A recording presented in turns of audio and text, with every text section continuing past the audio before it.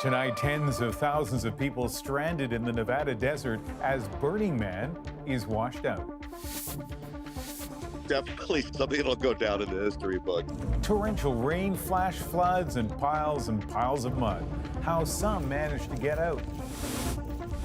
A dangerously close encounter with wild bears in Alberta. And it's just not something we can tolerate. Risking safety for a selfie.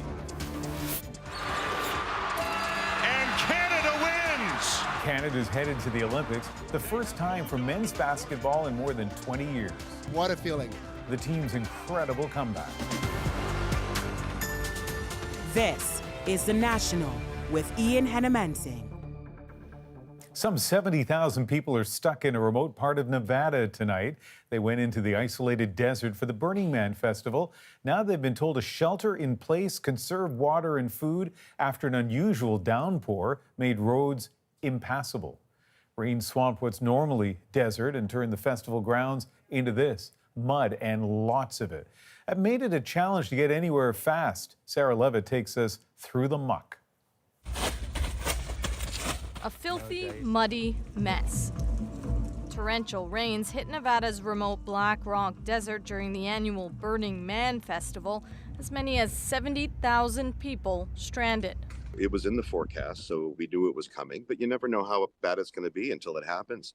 Definitely something that'll go down in the history books. Burning Man organizers say the event is about radical self-reliance. It draws artists, celebrities, and influencers. A temporary city is built in the dry, dusty desert chosen for its harsh conditions.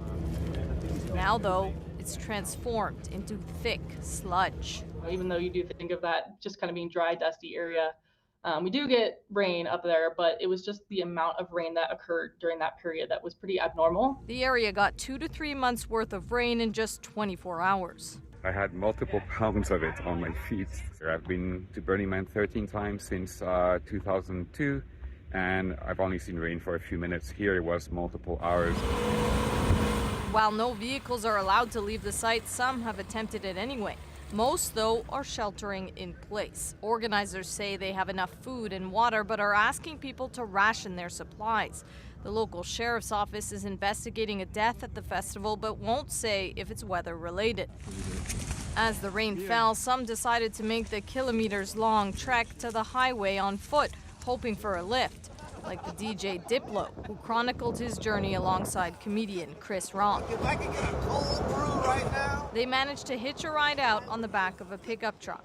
Others, though, are making the best of a bad situation. It's a survival event. Like, you come out here to be in a harsh climate, and you prepare for that. So in many ways, everybody here just kind of made friends with their neighbors, and it's a community event. Sarah, officials say the desert needs to dry before people can leave, but presumably that's going to take some time. Yeah, and you know what? More rain is in the forecast. Not quite like festival goers saw Friday into Saturday, but enough to slow down any drying of the ground. U.S. President Joe Biden was briefed on the situation, and his administration is said to be monitoring what's going on. They're urging people to listen to authorities on the ground and wait this out. All right, Sarah Levitt reporting from Washington.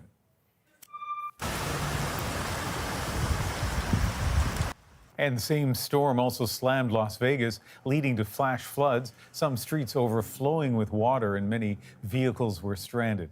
At least one person has died. Officials say they believe that person drowned. In Ottawa tonight, still a lot of questions after a shooting at a wedding venue left 2 men dead and 6 people injured. As Peter Cowan explains, police have made no arrests and say they haven't identified a motive or any suspects. It was supposed to be a night of celebration with weddings inside this convention center near the Ottawa airport. But just after 10 p.m. Saturday, it turned to panic, horror, and a hail of gunfire. 26-year-old Saeed Mohammed Ali was killed, along with 29-year-old Abdi Shakur Abdi Dahir. They were both from Toronto. Early stages, it's difficult to provide a lot of information. However, this is our chance to also ask the community if there is any information and evidence that you can provide, please bring it forward. Police are saying they have no evidence this was a hate-motivated attack and there's no risk to the public safety, but won't say why. Jessica Bradley is the city councillor for the area.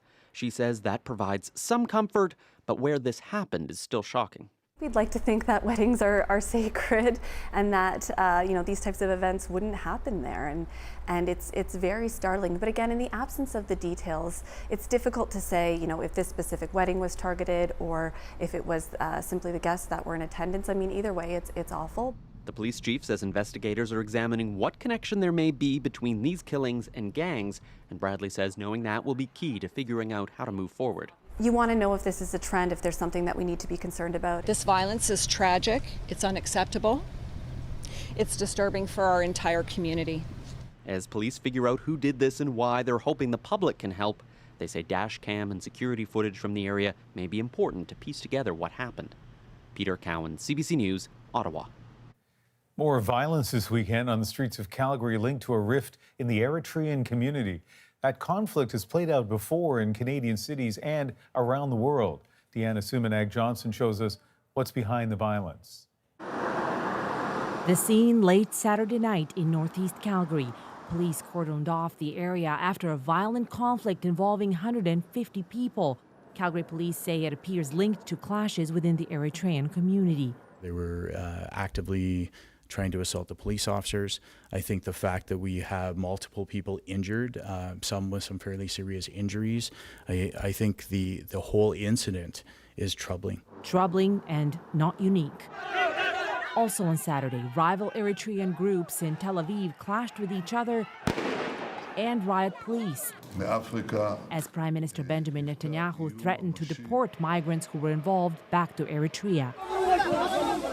In early August, conflict between two groups at Toronto's festival Eritrea sent 9 to hospital, some with serious stab wounds. Just weeks later in Edmonton, a similar scene at a festival there. A common thread, protesters say organizers of these cultural festivals are actually trying to promote Eritrea's oppressive regime and even fundraise for it. People are quick to ask who started the violence. Well, the regime in Eritrea started the violence, because it's a violent system that it presides over. The organizations in charge of these festivals vehemently deny any links to the regime of Isaias Afwerki. In response to the Calgary clash, they said, "Our community has been subjected to threats and violent attacks by the Brigade Namadu, a violent political organization responsible for the attacks against Eritrean communities in Europe, Israel, and North America." While many in the Eritrean community plead for peace, tensions remain high. Protests in Toronto on Saturday night had heavy police presence, but no one was hurt and no arrests were made. Deanna Sumanag-Johnson, CBC News, Toronto. Officials in BC's Okanagan are allowing more people to return to their homes this weekend.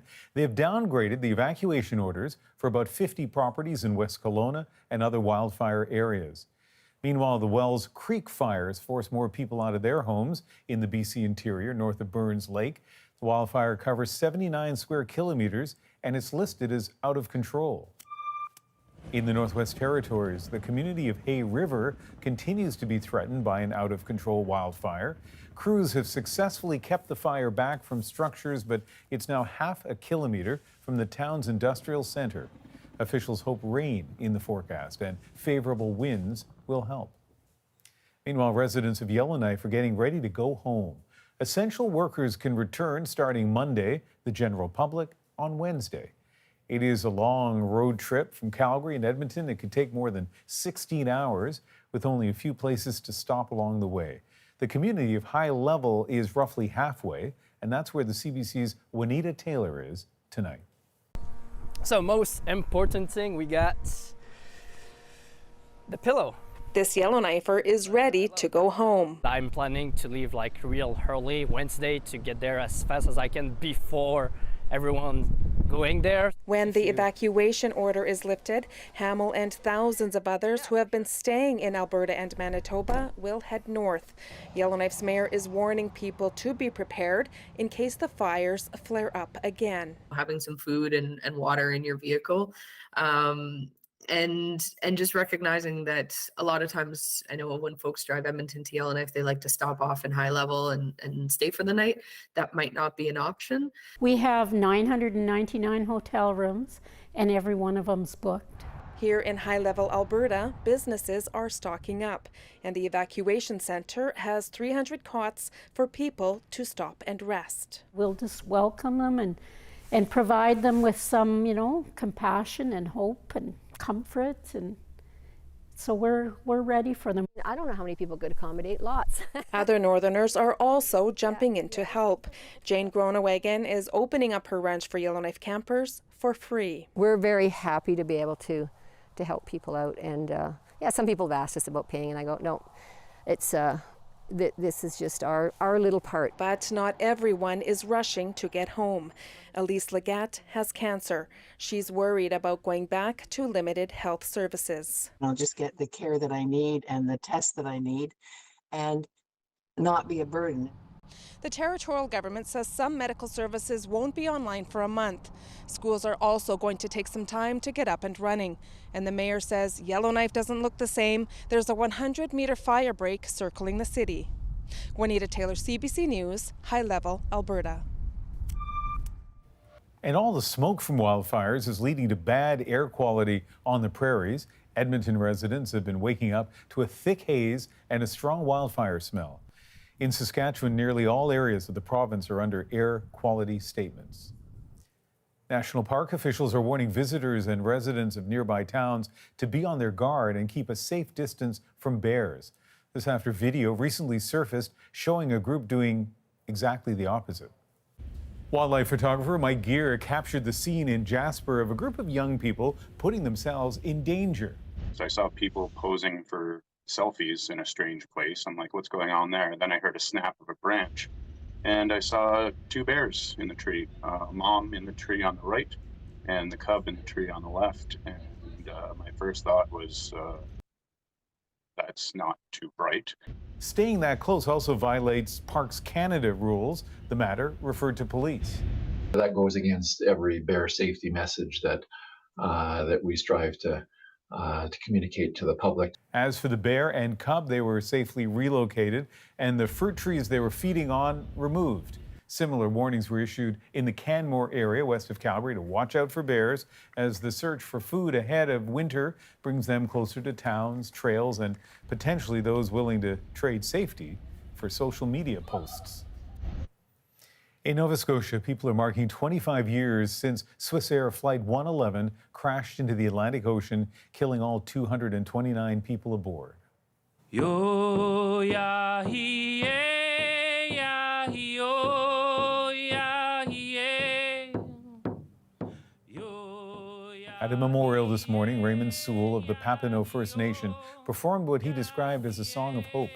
A Cormorant helicopter from the Royal Canadian Air Force flew over the Peggy's Cove Memorial as well as the crash site. And a woman who lost her father in the crash read a poem that paid tribute to how the community consoled distraught families. They cling to the people who live there, drink their tea, tell them their stories, weep at their kitchen tables. The nighttime crash was devastating. Those who were on the water say it's a night they'll never forget. And lessons they learned from that experience still help them today. Kayla Hounsell has their stories. David Baker has spent his life on the water. Never easy, but there's one night he'll never forget. It was black like a fog, swelly, wind southeast.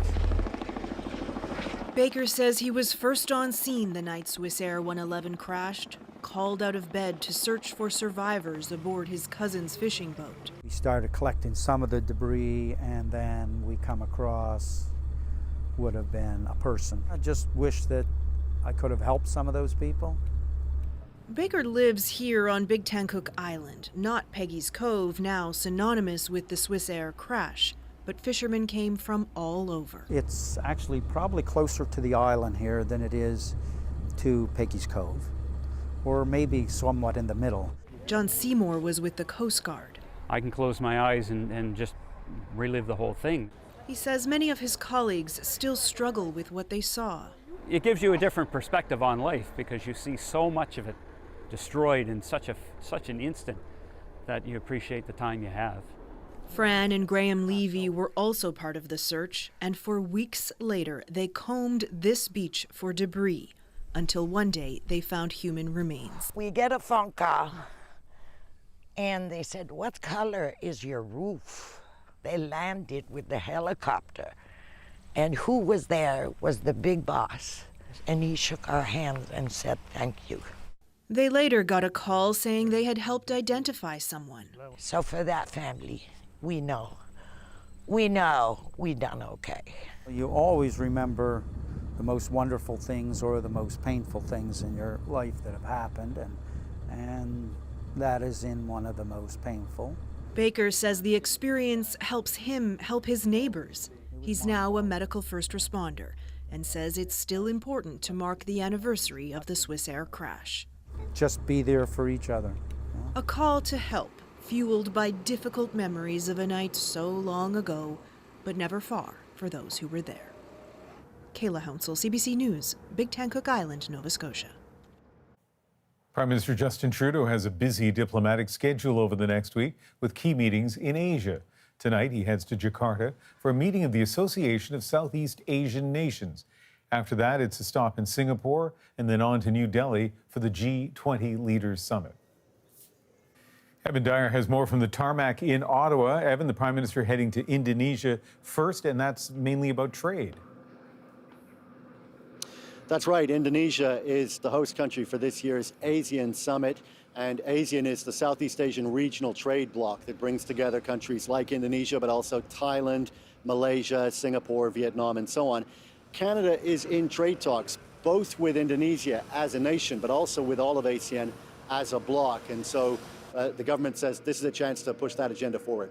And after Indonesia, he goes to India. Prime Minister Trudeau hasn't been there since 2018. When he took some criticism at home for meeting with a Sikh militant, among other things. But this is a different kind of diplomatic event. That's right, and I think Prime Minister Trudeau will certainly be hoping to avoid any reminders of that last visit. But yes, that was a bilateral visit. This is a G20 summit, so we expect a more sober affair. And of course, the G20 is really that one event of the year when big countries that aren't on friendly terms can really count on meeting with one another and discussing big issues. But it appears that that may not be happening that much this year. You know, last year, Ian, we already saw one important absence. Vladimir Putin didn't show up at the G20 in Bali. And of course, since March this year, he's even more careful about where he travels because he has an International Criminal Court arrest warrant in his name. Now we've learned that China's President Xi Jinping also won't be going to New Delhi. So that means that's an important absence. And it also looks almost inevitable that at this summit there won't be a joint declaration, a consensus of all 20 countries. Last year they were able to eke one out with some very hard diplomacy at the end, but Ian, it appears that this year the differences are just too great. All right, Evan, thank you. Thanks, Ian. Canadian basketball fans are celebrating a massive win tonight. The men's national team punched their ticket to the Paris Olympics by beating Spain at the FIBA World Cup. As Quibino Duro tells us, this ends a drought of more than 20 years. Canada fights back and takes down Spain. It's a moment 2 decades in the making, and it happened in stunning fashion. Oh my goodness, that the whole morning we were all tense, we were all watching the game, but what a feeling. Canada was down in the fourth quarter and came back to win 88-85 over Spain. But perhaps more importantly, Canada will play in the Olympics next year in Paris. This is the first time since the 2000s Canada men's basketball has qualified for the Olympics. The golden era is once again on the rise again with basketball in Canada. The men's team was not the only team eyeing an Olympic berth. In downtown Montreal, a 3-on-3 women's basketball tournament took place featuring countries from all over the world. Team Canada won, getting them one step closer to the Olympics. There's just a lot of supporters of basketball in Canada, and for the men to go out and do the job, I know they're happy. I know the fans are happy, and we're happy to be there, hopefully to support them at the Olympics. Dwight Walton played for Canada in the 1988 Olympics in Seoul. Walton says off-court changes led to this moment. They've changed the whole landscape of the program, from top to bottom, from grassroots coaching upwards to the senior level program, to having a diverse front office, men and women, different ethnicities, different ideas. But Walton says Canada can't take its foot off the gas. And if you want to be successful, You have to commit yourself to the process. It's a long one, it's a long journey, but as you can see, it's definitely profitable towards the end, especially if you get to your goal. With the berth in the Olympics already clinched, Canada basketball has some unfinished work at the FIBA World Cup. Their journey continues in the quarterfinals on Wednesday against a very tough Slovenian team. Cubino Duro, CBC News, Montreal. Italian makers of Parmesan cheese are fighting back against copycats. You can use the name Parmesan for cheeses produced in Canada or in the USA. The new chip, they hope, will stamp out the competition. A powerful typhoon batters Taiwan, forcing parts of the island to shut down. And a flower that keeps reaching for the sun. You should call it Big Bertha, but I call it Bertha because that's more dignified. We're back in 2.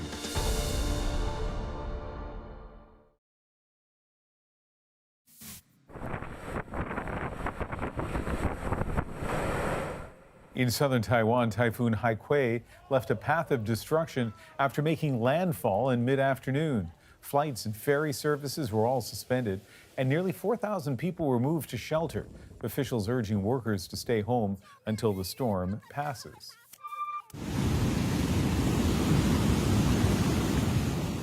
And heavy flooding in Spain led to warnings in 3 regions of the country. Millions of people were told to stay home, and firefighters helped dozens of drivers stranded on flooded streets. This all comes after a dry and scorching summer for Spain and southern Europe. Northern Italian cheesemakers are trying to crack down on what's allowed to be labeled Parmesan. They say true Parmesan must be made using traditional methods honed by Italians over the centuries. Megan Williams shows us how modern technology is helping cheesemakers in their fight. The Central Market in Modena, northern Italy, an area of proud producers of Parmigiano Reggiano, mouth-watering, real Parmesan cheese. Made with milk from special breeds of local cows. This Parmesan producer makes more than 100 reels of the cheese a day, more than 40,000 a year, each and every one of them following centuries-old rules.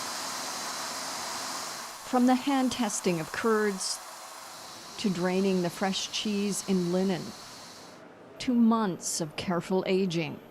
Traditional methods that make the Parmesan you sprinkle on your pasta so delicious and costly.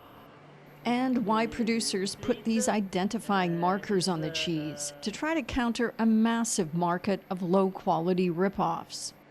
And now Parmesan producers are taking their fight against fake to a whole new level by inserting in the rind of the cheese a microtransponder. The grain of salt-sized chip is being tested to track everything in real time. You are sure that the wheel is produced and where it's produced, when and where it's produced, because in the server we have all the information.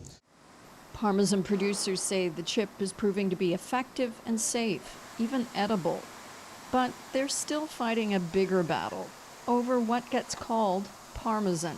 Today you can use the name Parmesan for cheeses produced in Canada or in the USA.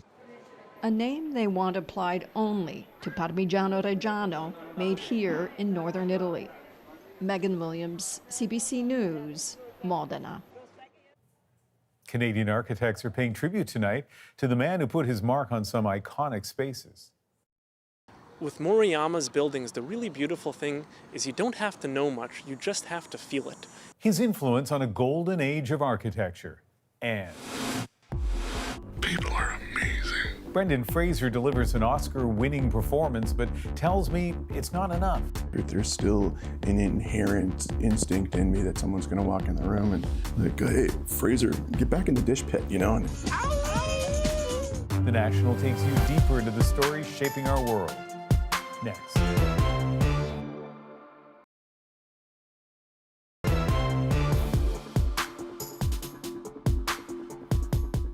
Canadian actor Brendan Fraser stayed largely out of the limelight for a time, but when he made his return to the big screen in The Whale, he came back with a bang. I sat down with Brendan Fraser ahead of this year's Oscars, where he was nominated for Best Actor.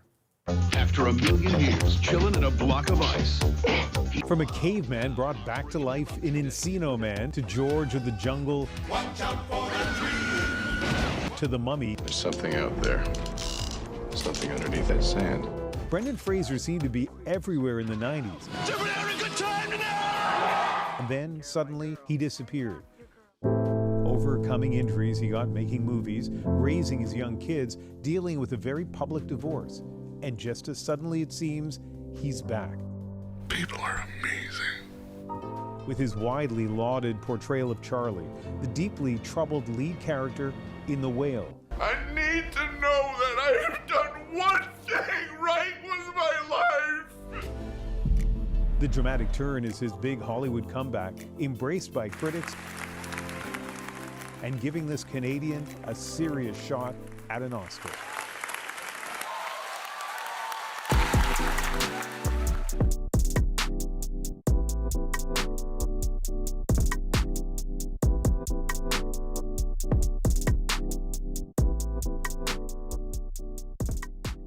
Very nice to sit down with you. My pleasure. The standing ovation in Venice, the speech at the Toronto International Film Festival, basically your name and the Oscar has been mentioned in the same sentence for months now. What's it been like living your life? That's, those are not associations I anticipated hearing in my professional journey. But to hear that now is, it's rewarding, and it still feels like that's about someone other than myself. We're going to talk a lot more about the film in a moment, but let's just step back for a little bit. And I want to talk about Canada. You have Canadian parents. You lived in many places, including Canada. And I wonder, what impact has Canada had on you or you as an actor? It shaped me to who I am at my very core. My ancestors are French Canadian. I grew up in Ottawa, in Toronto. My mother hails from Saskatoon, and my father from Nova Scotia.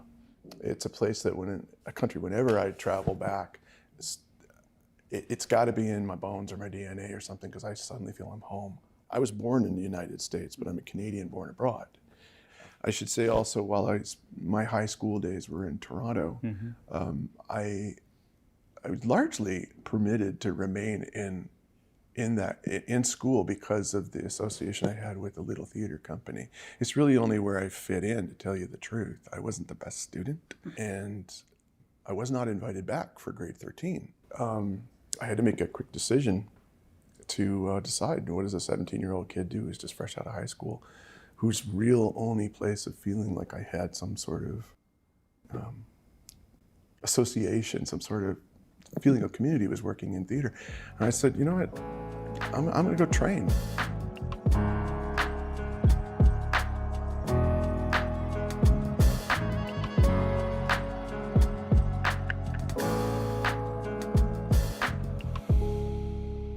And now I'm thinking about those movies in the 90s, Encino Man. Got some fresh nerds. Weeds in the juice. Ow! Buddy. And George of the Jungle. Tookie tookie. Ape kidnapped. Tookie tookie. Ape napped. School Ties as well. I think you're so pretty. The Mummy. We are in serious trouble. You were so successful, so visible. What was that decade like for you? Those roles were largely fish out of water characters, like a Babe in the Woods, Right. the Naif, the new guy in town. And I knew a lot about feeling like the new guy in town, given that we traveled every 3-4 years. That came in handy, certainly, in a career pursuit in Hollywood. You're going to be reinventing yourself all the time, but you're still the same person underneath it all. I was looking at a lot of video on YouTube last night, including an interview you did promoting The Mummy. We finally saw the movie, and we saw what was on the other side was this creature that Industrial Light and Magic created that's like fearsome. But the thing that really struck me about all of that was the comments. And people, I mean, they loved you, but in these comments, they're just so fond of you. One person actually said, I hope Brendan reads this and sees how much we love him. Do you have a sense of that? You just told me. Yes, is the answer. I appreciate the support, and I don't think anyone ever tire of anonymous stranger in the world who thinks favorably of you, right back at you, wherever you are. To reinvent a classic in The Mummy that before it comes out, there are always, no matter what you do, there's always going to be people cast aspersions about it or naysay or say, blow it off. It was kind of thought that it would be a wonky movie about a guy wrapped up in bandages going, oh, but it was a complete opposite of that. Audiences were delighted.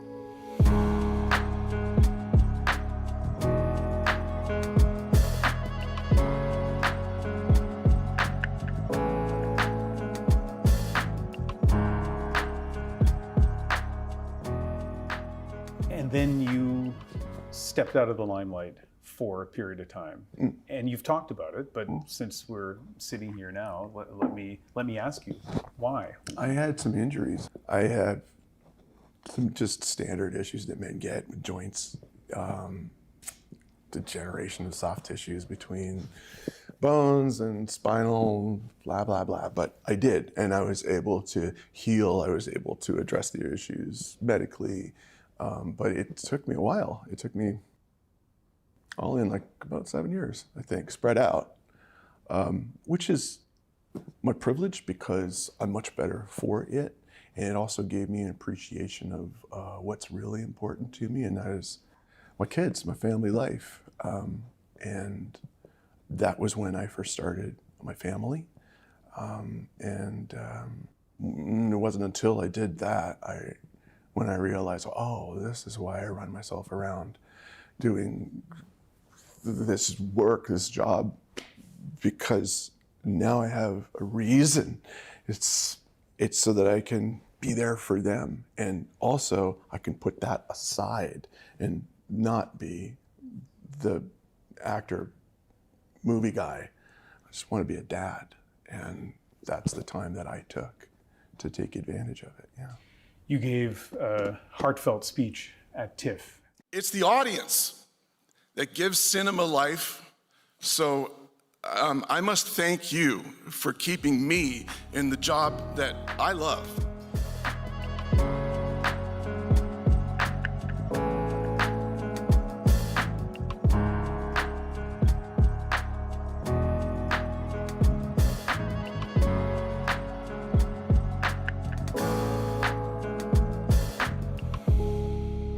One of the things you talked about is the risk, in your words, that the producers and the director of The Whale took in casting you. What was the risk? The risk is that it might not find its audience by, virtue of and I'm a part of this, the fruit fly span of attention that we find ourselves with so much media and culture and the internet, et cetera. And sometimes we're reminded of actors who are talented. And that's something that Darren has an eye for. I know he reinvigorated Mickey Rourke's career with The Wrestler, a film I love, a tough watch. With Black Swan, I mean, the same thing. Interesting that both his films were both about performers who were giving everything that they had, or else dire circumstances. And in The Whale, Charlie is a man with limited time, a health challenge that leaves him with, on paper, 5 days, and a great deal of, to good dramatic effect, regret that he has for life choices he has made or that have been made for him, and the need to connect with his daughter on his path of redemption. You don't stay in touch with Mom? She really only tells me things about you. Why? Because that's all I want to know about. It's a wonderful, dramatic conceit, and then at the same time, he, on paper, weighs 600 pounds. His body's health has been compromised by overconsumption, and he finds himself immobile in this miasma of regret and guilt and aspiration, but at the same time, he's a guy who I feel like I know when I read this, or I wanted to be friends with this man. And they're, an amalgamation of people that I've known certainly in my life who influenced me to feel the way that Charlie does about the world, which is to bring out the honesty in others. He can see the good in them when they can't see that in themselves. And that's like a secret superpower that Sam Hunter, our writer, ascribed to him. Yeah, I mean, Charlie is suffering so much pain, and there's despair, but there is like him probably some optimism. Is that, I don't know if that's the right word, but there's perennial optimism. Yeah. I think it's probably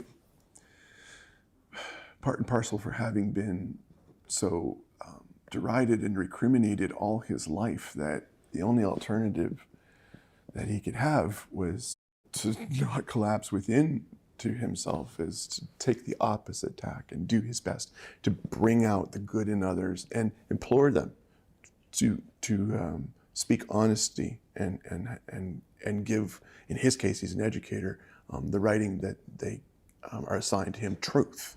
The point of this course is to learn how to write clearly and persuasively. Think about that. Think about the truth of your argument. You must have loved doing this part. I did. Yeah.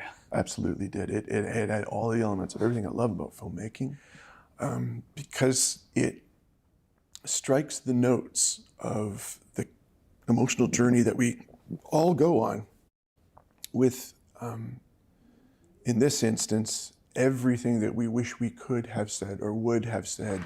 If you, like a guy like Charlie, who I played in this movie, in any way struggle with obesity, or you just feel like you're in a dark sea, I want you to know that if you too can have the strength to just get to your feet and go to the light, good things will happen.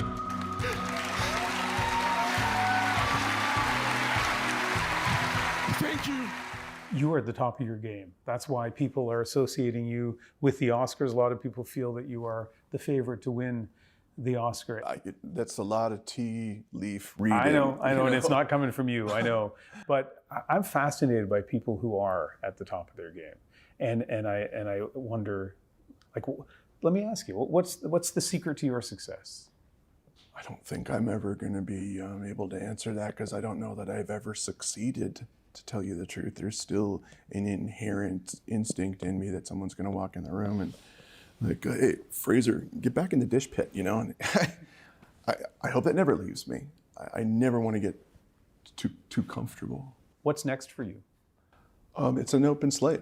I'm going to have to sincerely get back to you on that, because I don't have a project lined up. I have for sure hopes and aspirations. I'd like to take advantage of all of that sauce at the moment to pursue projects that make me feel like I really care, like I really care about the whale.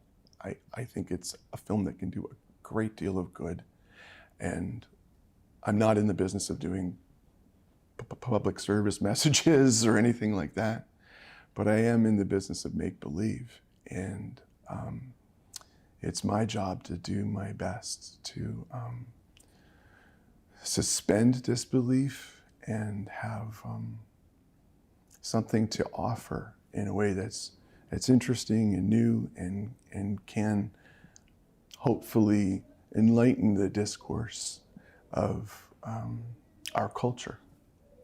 It's a privilege to be a part of that. I hope I never lose sight of it. Since that conversation first aired, Brendan Fraser, of course, went on to win Best Actor for his role in The Whale, his first ever nomination that led to that first ever win. He celebrated with his wife and children at his side. Next, we remember the man who put his touch on Canada's architectural landscape, and wasting away again in Margaritaville. Fans pay tribute to Jimmy Buffett and his love for Atlantic Canada.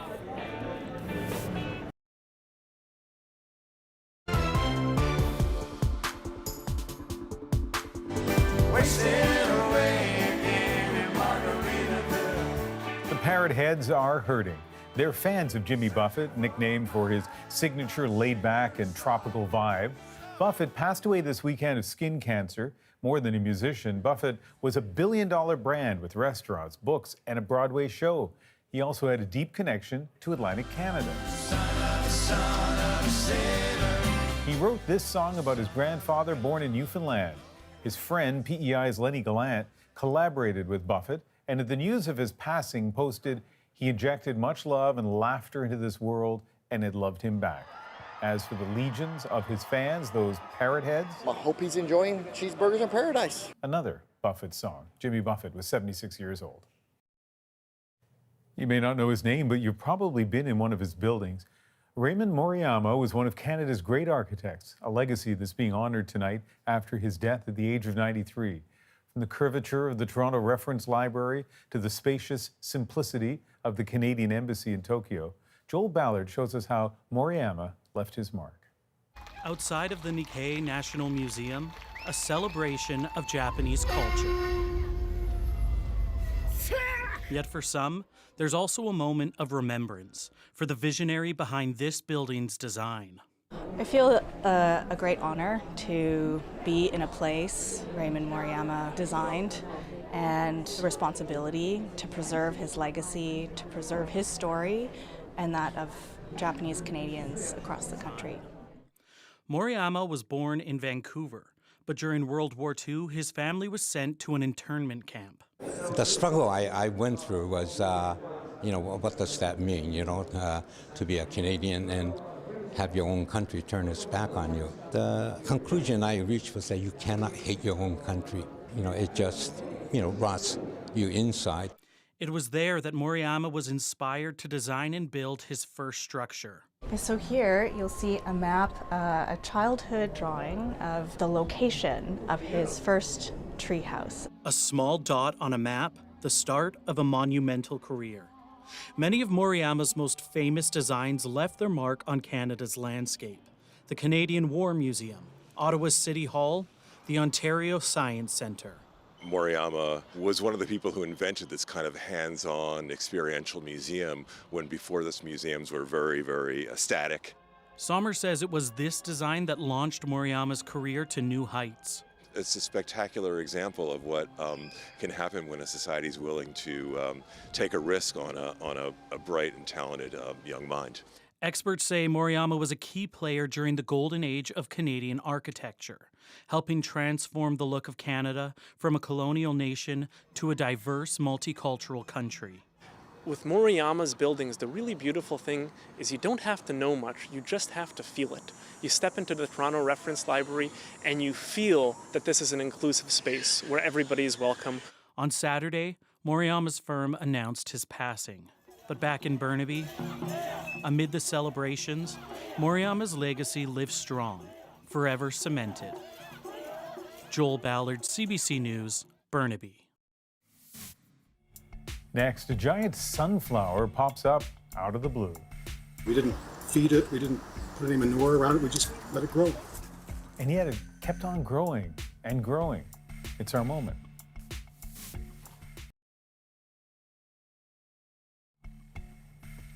While it isn't quite Jack and the Beanstalk, but David and the Sunflower is quite the story as well, given that the plant seems to have sprung up entirely on its own. And what's more, it has stood up to summer storms that have toppled trees and hydro poles. So tonight, the sunny survivor is our moment. It's named Bertha. One of my former students said, "You should call it Big Bertha," but I call it Bertha because that's more dignified. We saw it initially back in May, but I thought it was a weed, but it was perfectly planted. So I thought my wife planted it, but she said she hadn't planted anything there. And it just kept growing. So we assumed that it was a squirrel that planted it this year. What did you do to make it grow this tall? Nothing. It just grew. It just kept growing. We didn't feed it. We didn't put any manure around it. We just let it grow. It's between 13 and 14 feet tall and it has 35 heads. 2 doors over after that big storm, one of their trees fell down and our sunflower didn't do anything. So it's just been minding its own business. It's been on Facebook. Whenever I post a picture of it, it gets between 100 and 150 likes. People say it's beautiful. People say it's lovely. People worry that it's going to end up eating the neighborhood. It's been an adventure having it.